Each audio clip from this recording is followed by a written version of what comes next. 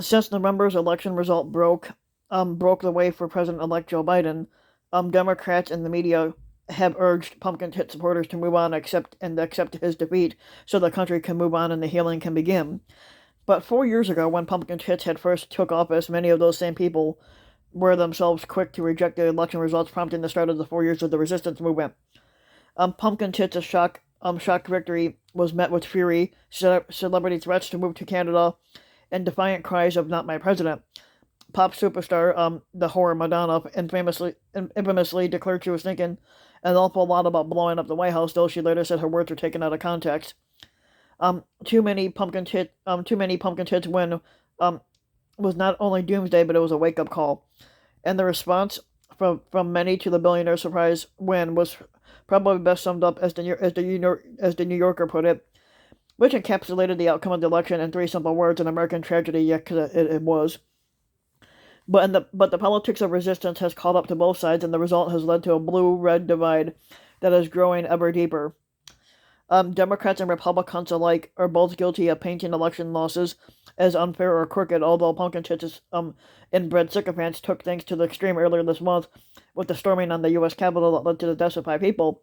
But here's a look at some of the extreme reactions that's been met since 2016 and 2020 election results. 2016, the election: resist, Russia, and impeach. Though a recent column by the New York Times, Paul Krugman, claims Democrats never painted Pumpkin Tits as illegitimate, but history says otherwise. After Pumpkin Tits defied polls and the media analysts with his victory, technically the only reason why he got in is because of the joke in the Electoral College that shouldn't even exist. But his opponent, former Secretary of State Hillary Clinton, had placed the blame of her defeat on a number of factors.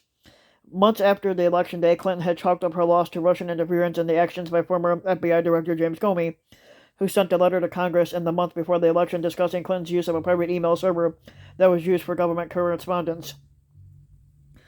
Clinton, in her mind, believed that if the election had been held on October 27th and not in November, she says, I would have been your president," Clinton told CNN's Christine Amanpour in March of 2017. The former secretary attributed other forces to her loss, including sexism, and saying that she was given a false equivalency by the media. In 2019, when asked if it bothers her that Pumpkin Tits Klan rallies of the chant "Lock her up," Clinton responded that she believes that Pumpkin Tits is an illegitimate squatter, blaming voter suppression for her loss. "No, it doesn't kill me because even he knows he's an illegitimate squatter," Clinton said. "I believe he understands that the many varying tactics they use, from voter suppression and voter purging to hacking up to the false stories, he knows that there was just a bunch of different reasons why the election turned out like it did." With Pumpkin Tits with only 1 day left until Pumpkin Tits is squad and see, Representative Jared Nadler declared that though he believes Pumpkin Tits was illegally elected, but Russian interference in his campaign makes his election illegitimate. Former President Jimmy Carter didn't deny whether he believed Pumpkin Tits was an illegitimate squatter either when he was questioned back in 2019. He said there's no doubt that Russians did interfere in the election, and I think the interference, although not yet quantified, if it was fully investigated, it would show that Pumpkin Tits didn't win. In 2016, Carter said he lost the election and he was put into office because the Russians and Putin interfered on his behalf. Other Democrats used less obvious rhetoric in their opposition to Pumpkin Tits, but didn't hesitate to express how they felt about Pumpkin Tits' illegitimate win. In 2017, a day before Robert Mueller's appointment as special counsel to investigate the possible collusion between the Pumpkin Tits campaign and Russia, House Speaker Nancy Pelosi tweeted, "Our election was hijacked. There was no question about it. Congress has a duty to protect our democracy and follow the facts." In May of 2017, Representative Maxine Waters, a California Democrat, told the Washington Post that she would keep working until Pumpkin Tits is impeached. And why would we let somebody like Pumpkin Tits, a con artist, come in and turn it all upside down with his lies and disrespect, Walter said. Later that year,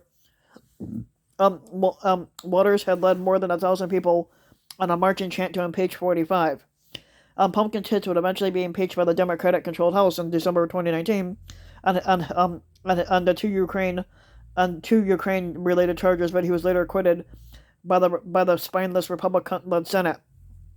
But of course, no election is complete without the opinions of Hollywood. Celebrities made sure to use their platform into an 11th hour public service announcement effort to persuade the Electoral College not to vote for pumpkin tits when he rose to squatter elect. The ad features several sitcom stars and West Wing actor Martin Sheen. Ellie compiled a list of celebrity reactions to Pumpkin Tits' win when it did come to fruition. Modern Family actress Ariel Winter probably captured the reactions of the most best in a single tweet when she declared, "America, you have fucking failed." What the actual fuck? Devastating. I will not recognize Pumpkin Tits as our squatter ever. On Inauguration Day itself, a number of House Democrats skipped Pumpkin Tits' day, with their late Representative John Lewis saying at the time he believed that Russians participated in helping this man get elected, which made Pumpkin Tits an illegitimate squatter. To combat the inauguration, anti-Pumpkin Tit protesters broke out in almost every major U.S. city. Over 200 people were arrested at a march in Washington, D.C., and 6 police officers were arrested or injured. Or 6 police officers were injured. Kim Strassel, a conservative columnist at the Wall Street Journal, had depicted the events of the inauguration day while traveling through the district. Though they were largely peaceful, violent outbreaks still took place in the aftermath of the most decisive election in recent history. I saw people smashing our windows and racing in mobs after anyone with a maggot hat. I did not see that, but the maggot people were the ones chasing everybody, screaming taunts and insults at the media. And Strassel writes in her book, Resistance at All Costs, they were the folks holding the impeach signs and promising that they would not stop until Pumpkin Tits was forcibly removed from office, and the claims of illegitimacy scorched their tactics as the official resistance. Now we get to 2020 election. The fraud, riots, and Giuliani. Though it's now been just about 2 months since the media outlets declared Biden the official winner of the 2020 election, Pumpkin Tits continues to claim the election was stolen from him, which it wasn't, and plans to leave Washington on Wednesday, skipping the inauguration together. The squatter had sowed doubt in the election months before November, and once the pandemic upended everyday life and the talk of the mass mail-in voting became the norm for several state officials, the Pumpkin Tit campaign repeatedly insisted the absentee voting would lead to fraud, which it didn't. The fraud and abuse will be embarrassing to our country, Pumpkin Tits tweeted back in August before the social media giant platform removed his account for lies. The fact checkers quickly noted that there's been little to no proof to show that absentee ballots are susceptible to fraud, but that didn't stop Pumpkin Tits from discrediting reports as fake. Pumpkin Tits continued to hold large Klan rallies during the pandemic, in stark contrast to Biden, who spent most of his time campaigning virtually.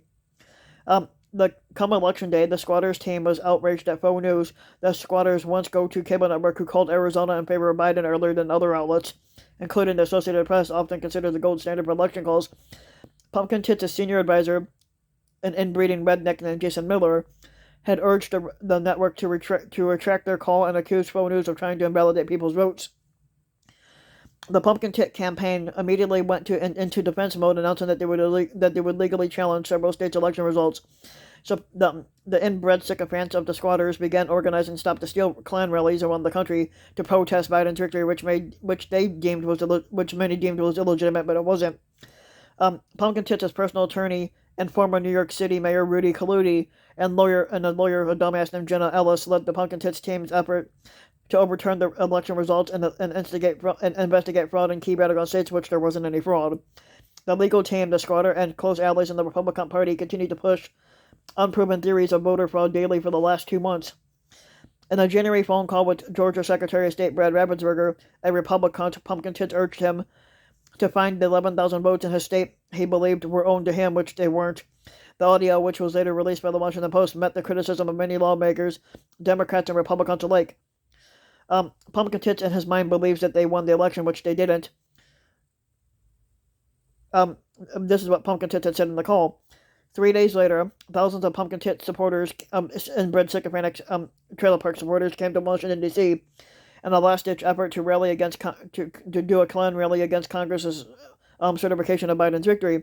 The Klan rally, dubbed Save America, which you're not really saving America if you're acting the way you fucking roar, ended with demonstrators storming the Capitol. Demonstrators smashed windows, destroyed media equipment, and rifled through the Senate desk for something in there that we can use against these fucking scumbags, as one writer put it. It also tragically resulted in the deaths of 5 people, including a Capitol police officer. Shots of "hang the dumbass Mike Pence" and calls to find Pelosi and other lawmakers can be heard in video footage that was later released on the incident. More than 100 people were arrested in their role in the riot, and the Justice Department opened up more than 170 cases related to this incident. The chaotic event led to Pumpkin Tits' second impeachment, making him the first squatter to be impeached twice.